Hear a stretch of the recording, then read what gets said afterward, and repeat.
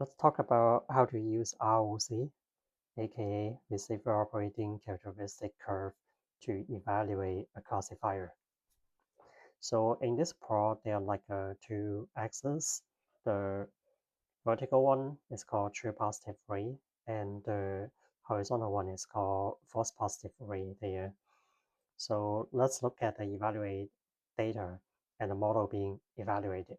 So let's say we have like 5 different samples there. We already know that A, B, and D are the good guys, and C and E are the bad guys there. So our classifier will need to draw a threshold so that above threshold is the good guy and below the threshold is the bad guy. We have no idea what should be the right threshold. So pretty much we test it all. So the true positive rate basically means out of all the good guys, of how many of them are really founded there. So for example, if we set the threshold to be 0.8, then only one of the good guys found it out of 3. So the true positive rate is 0.3. And then the false positive rate, and none of the, this is like how many of the bad guys are recognized as a good guy. So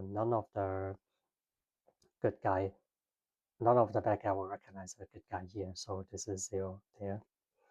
So basically, if you set this threshold to be really high, then everyone will be treated as a bad guy. So your true positive rate will be 0, and your false positive rate will also be 0. So it's basically this point. But if you are treating like everybody as a good guy, meaning like setting the threshold really, really low, then everybody will, the true positive rate will be 1, and the false positive rate will also be 1 because all the bad guys are treated as like a good guy there. So, and this curve is something in between.